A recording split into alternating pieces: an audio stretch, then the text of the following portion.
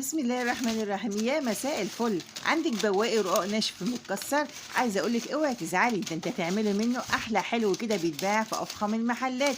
انا دودو من المنصوره. يلا اشتركي في قناتي وعرفيني بنفسك في التعليقات واعملي لايك للفيديو.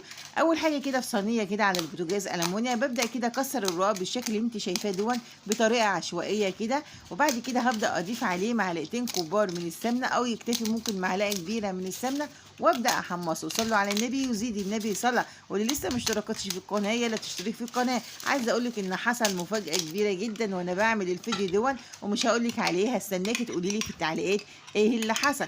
كده ضفت هنا المعلقتين الكبار من السمنه او كفايه معلقه واحده بس من السمنه، وابدا كده احمص الرقاق الناشف دون لغايه لما يتحمص معايا. ودي خطوه مهمه جدا. حمصنا الرقاق بالشكل اللي انت شايفاه دون اهو. خلي بالك هو بيتحمص بسرعه جدا، يعني تكوني مهديه النار خالص عليه وايديكي كده فيه بالتقليب، بيتحمص بسرعه. تعالي بقى نشوف بعد كده الخطوه اللي بعد كده. معايا هنا كيلو من اللبن، هبدا اضيف هنا عليه نص كوبايه من السكر، والسكر طبعا بيكون حسب الرغبه، ممكن تكتري او ممكن تقللي. ضفت عليه كمان ظرف من الفانيليا، وهنضيف عليه نص معلقه صغيره من القرفه، والقرفه دي ضروري جدا، هي اللي بتخلي لك طعم الوصفه حلوه قوي قوي. يلا عرفتي انا بعمل ايه؟ اكتبي لي في التعليقات. صلوا على النبي وزيدي النبي صلاه. وكمان ضفت هنا ايه، اللهم صل على النبي، مكعب من الزبده، مش موجوده ومتوفره عندك بلاش منها خالص. ممكن تضيفي معلقتين كبار كده من القشطه او وش اللبن. تعالي بقى نشوف المفاجاه اللي حصلت كانت ايه. مفاجاه بجد ولا على البال ولا على النية. هنا انا بغلي اللبن عشان الوصفه بتاعتي، شوفيه لقيته رايب. ازاي رايب وهو بيغلي معايا؟ انا مانيش عارفه، يعني اروح فين دلوقتي؟ ولا ينفع ارجع السوبر ماركت اغيره؟ ولا عندي كمان لبن اكمل بيه الوصفه بتاعتي؟ شايفه يعني الواحد خلاص الوصفه يعتبر جاهزه معايا. يعني الواحد بيكون شغال ويلاقي فجأة كده اللي حصل دون. يعني أنا مش عارفة، أنا اللبن كان بيغلي معايا كويس ولقيته وشه راي زي ما أنت شفت كده. طبعا الوصفة هتبوظ. لا طبعا أنا صعبانة عليا إن كل حاجة جهزت وما أقدرش أرمي بقية الحاجة كده أو ما أعملهاش. خلاص أنا اتحمست ودخلت المطبخ وقلت لازم أنا أعملها. هعمل إيه؟ أقول لكم دلوقتي هنعمل إيه. جبت هنا دلوقتي طواجن، اي طواجن موجود عندك، مش موجود عندك الطواجن الفخار دي ممكن تستخدمي اللي هي الاطباق الالومنتال اللي هي بتبقى جايه جاهزه اللي بتدخل الفرن.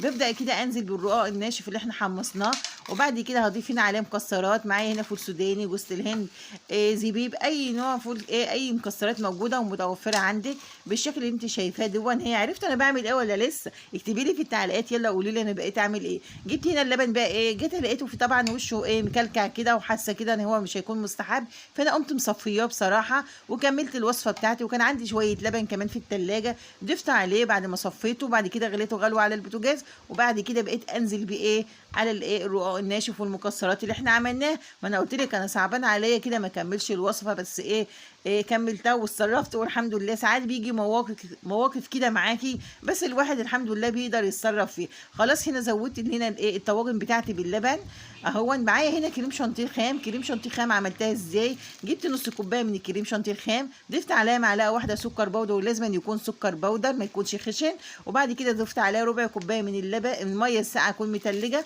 وضربتها لغايه لما ادتني قوام الكريمه. هي شكلها عامله ازاي؟ بيديلها طعمها حلو جدا. طبعا لما بندخلها الفرن الكريمه بتسيح، وبنولع عليها الشوايه بس من فوق، وبتاخد اللون الجميل اللي انت شايفاه دون، وبتطلع معايا احلى واجمل طواجن ام علي. ايوه يا جماعه دي ام علي بالرقاق الناشف، بتجيبيها بسعرها غالي جدا من افخم المحلات. ده انت عملتها ما شاء الله كميه كبيره جدا وطعمها احلى بكتير واوفر وانضف. يلا اشتركوا في القناه واعملوا لايك للفيديو واكتبي لي تعليق حلو كده في التعليق.